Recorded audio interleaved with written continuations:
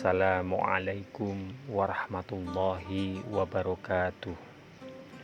Allahumma sholli ala sayyidina Muhammad wa ala ali sayyidina Muhammad. Semangat Quraisy, semangat membalas dendam menyala berkobar-kobar di hati setiap tentara Quraisy. Apalagi mereka ingin memamerkan kemampuan tempur di hadapan bunga-bunga Quraisy yang kini terus menyanyi mengobarkan semangat. Genderang bertalu-talu dan wewangian nan semerbak-merebak. Belum pernah sebelumnya orang-orang Quraisy berangkat perang dengan tekad sekuat ini. Di depan, Abu Sufyan memegang komando.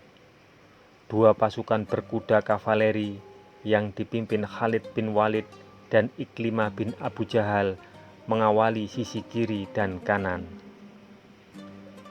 Di dusun Abwa, beberapa prajurit Quraisy hampir saja membongkar kuburan Aminah, ibunda Rasulullah Shallallahu Alaihi Wasallam.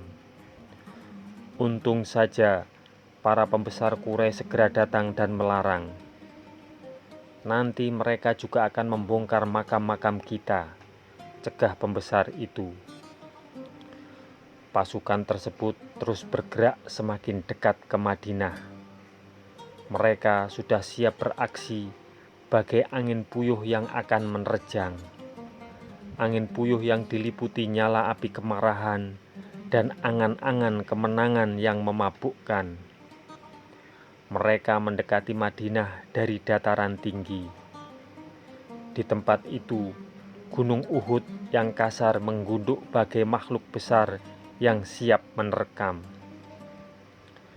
Kaum muslimin di Madinah pasti akan sangat terkejut jika mereka tidak mengetahui meningkatnya pasukan yang jumlahnya 3 kali lebih banyak daripada pasukan yang pernah mereka taklukkan di Badar.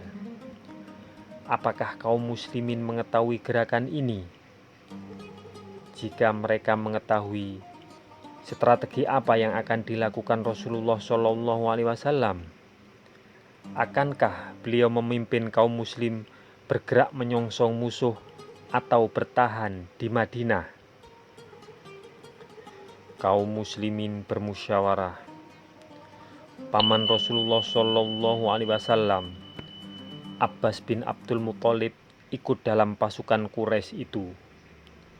Ia memang masih mencintai agama nenek moyangnya, tapi hatinya sudah semakin kagum kepada keponakannya itu. Abbas ingat ketika ia diperlakukan dengan baik sebagai tawanan pada perang Badar.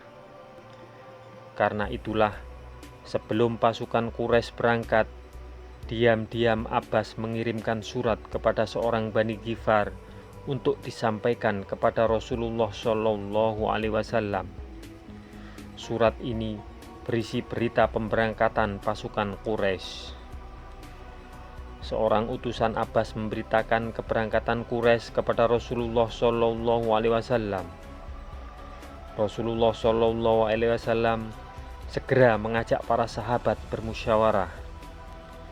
Kita akan pergi keluar kota atau menyongsong di dalam kota. Abdullah bin Ubay mengatakan ingin bertahan di dalam kota. Musyawarah membuat semua orang jadi mengetahui sepenuhnya bahaya dan kesulitan yang mereka hadapi. Hal itu akan membuat anggota pasukan saling mempercayai. Setiap orang akan menganggap dirinya benar-benar bagian dari pasukan, sehingga mampu berjuang saling bahu-membahu. Keberanian para pemuda. Para sesepuh Ansor angkat bicara. Ya Rasulullah, tetaplah tinggal di Madinah. Jangan pergi menghadapi musuh, karena itu berarti musuh sudah menang. Andai kata musuh yang datang menyerbu, kita pasti yang menang. Biarkan saja mereka di sana mengepung kita. Jika mereka memaksakan diri bertahan, berarti mereka justru berada dalam keadaan merugikan diri sendiri. Sebetulnya Rasulullah Shallallahu Alaihi Wasallam ingin agar kaum muslimin menyepakati usul ini. Para sesepuh Ansor yang telah berjuang mempertahankan kota selama puluhan tahun tentu tahu benar bahwa mereka lebih baik bertahan di dalam kota. Namun, tidak demikian halnya dengan para pemuda muslim yang semangatnya sedang menyala-nyala.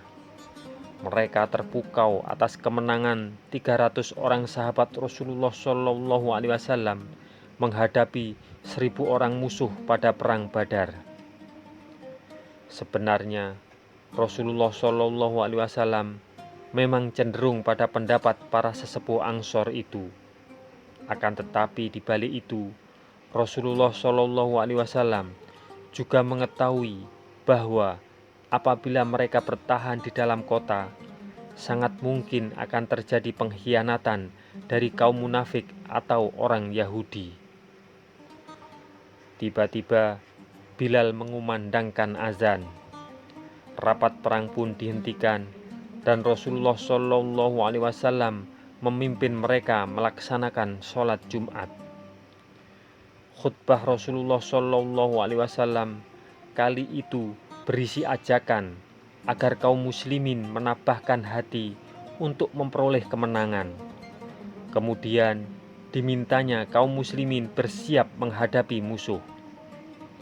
Setelah sholat Jumat, rapat dilanjutkan lagi. Sa'ad bin Kaid sama berkata, "Semoga Allah memberikan kemenangan atau mati syahid. Dalam perang Badar, saya amat mendambakan mati syahid, tapi ternyata meleset. Justru anak saya yang mendapatkannya. Semalam saya bermimpi bertemu dengan anak saya dan dia berkata, 'Ayah, susulah kami dan kita bertemu di dalam surga.'